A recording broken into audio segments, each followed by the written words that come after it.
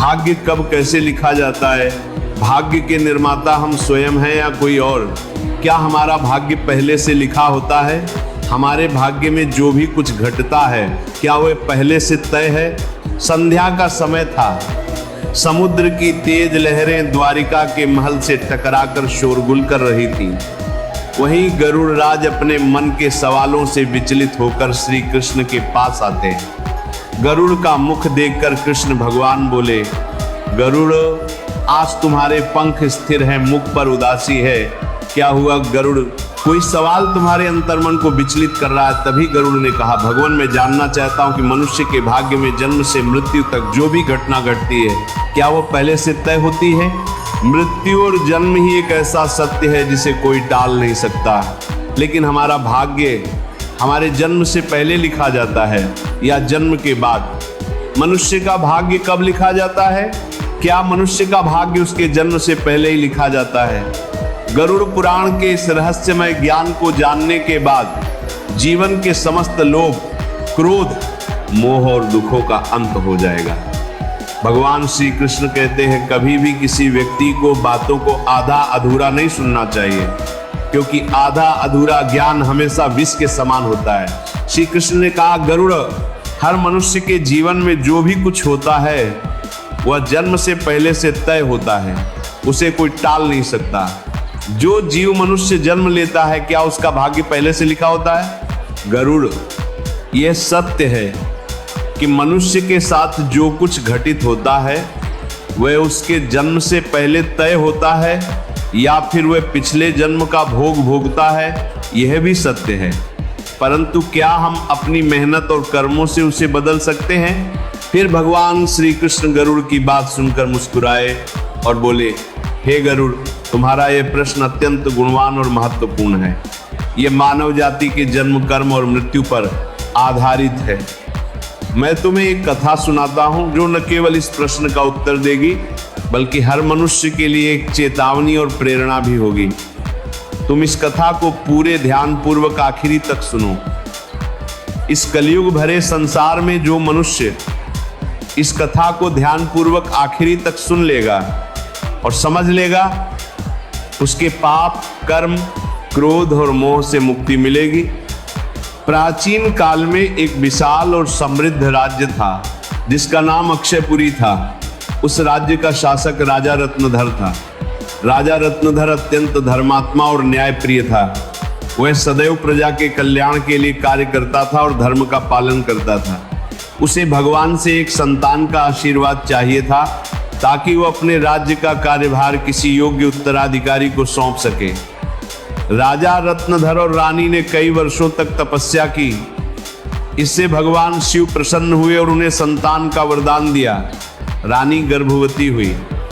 राजा और रानी अत्यंत प्रसन्न थे क्योंकि वे चाहते थे कि उनका पुत्र महान शासक बने। लेकिन जब रानी ने पुत्र को जन्म दिया, वह बच्चा विकलांग और शारीरिक रूप से कमजोर था। उसके शरीर की हड्डियां टूटी हुई थीं और वह सक्षम नहीं था। राजा रत्नधर का दिल टूट गया।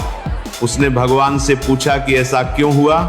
राजा रत्नधर श्री विष्णु से मिलने गए। उन्होंने कहा, हे प्रभु, मैंने तपस्या की, यज्ञ किए, फिर भी मेरा पुत्र विकलांग जन्मा। क्या यह मेरे भाग्य में पहले से लिखा था? श्री विष्णु मुस्कुराए और बोले, हे राजा, तुम्हारा पुत्र विकलांग जन्मा है, लेकिन क्या तुम जानते हो क्यों? ये तुम्हारे और तुम्हारे पुत्र के पिछले जन्मों के कर्मों का फल है। ये उसके पूर्व जन्म के कर्मों का परिणाम है जो उसके भाग्य में लिखा हुआ था। लेकिन इसका अर्थ ये नहीं है कि तुम्हारा भाग्य पहले से पत्थर की लकीर की तरह तय था। ये घटना कर्मों का फल है। पिछले जन्मों से जुड़ा हुआ राजा ने पूछा, हे प्रभु, क्या भाग्य वास्तव में पहले से लिखा होता है? श्री विष्णु बोले, जन्म, मृत्यु और जीवन के उतार चढ़ाव पूर्व निर्धारित होते हैं, लेकिन हम जो कर्म करते हैं वे हमारे भाग्य को बदल सकते हैं। जिस दिन तुम्हारा पुत्र जन्मा उस दिन तुम्हें एक विशेष संतान का वरदान मिला था। उसे चुनौतियां मिलना आवश्यक थी ताकि वह धैर्य, साहस और पराक्रम विकसित कर सके। उसका भविष्य पिछले कर्मों के साथ साथ वर्तमान कर्मों पर भी निर्भर करेगा। हे राजन, भाग्य और कर्म का गहरा संबंध है। हमारे कर्म ही हमारे भाग्य का निर्माण करते हैं। इसलिए जीवन में सदैव धर्म और सत्य के मार्ग पर चलना चाहिए।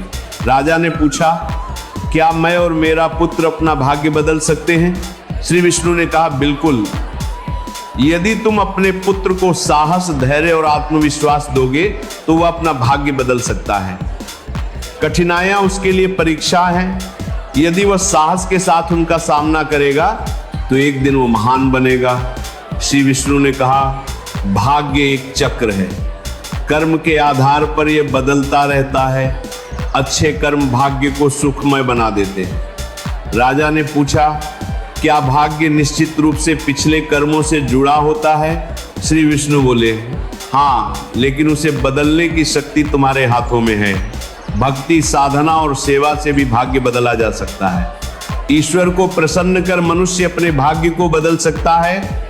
समय के साथ राजा का विकलांग पुत्र संघर्ष, साहस और साधना के बल पर समाज में महान बन गया। उसकी संघर्षशीलता और शक्ति ने राज्य में उसका सम्मान बढ़ाया। कृष्ण ने कहा, हे गरुड़, समझो कि भाग्य निरंतर बदलने वाली प्रक्रिया है जो कर्मों के आधार पर चलती है। अच्छे कर्म और ईश्वर की शरण भाग्य को बदल सकते हैं। गरुड़ पुराण कहता है कि मनुष्य का भाग्य उसके पिछले कर्मों पर आधारित होता है। जो जैसा कर्मों पर आधारित होता है, करता है, वैसा फल पाता है।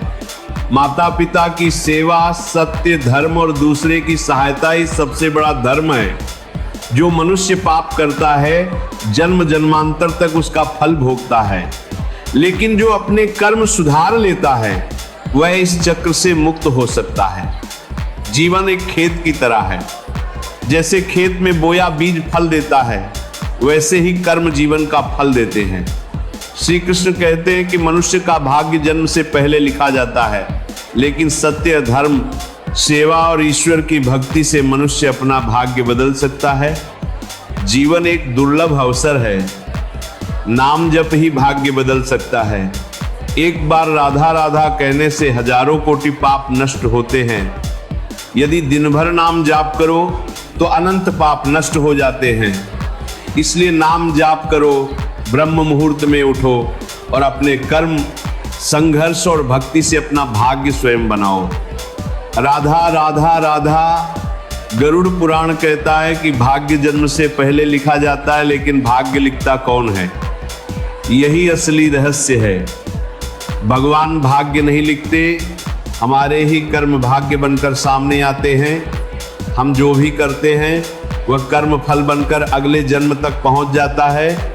जब जीव मृत्यु के बाद यमलोक पहुंचता है, तब चित्रगुप्त उसका पूरा लेखा खोलते हैं। कौन सा कर्म किया, किस भावना से किया, सबका पूरा हिसाब सामने रखा जाता है। उसी हिसाब के आधार पर अगले जन्म की सारी व्यवस्था तय होती है। कहाँ जन्म होगा, किस घर में होगा, कितना सुख मिलेगा, कितना दुख मिलेगा, सब पहले से निश्चित होता है। इसी को प्रारब्ध कहा गया है और यही आगे चलकर भाग्य कहलाता है। इसलिए भाग्य कोई बाहरी शक्ति नहीं लिखती, भाग्य हम खुद करके जाते हैं। कुछ प्रारब्ध स्थिर होता है जिसे बदला नहीं जा सकता, लेकिन बहुत बड़ा भाग्य आज के कर्मों से बदल सकता है। गरुड़ पुराण का स्पष्ट संदेश है, कर्म करो, अच्छे कर्म करो, यही भविष्य का भाग्य बनेंगे। आज जैसा बोओगे, कल वैसा ही फल पाओगे।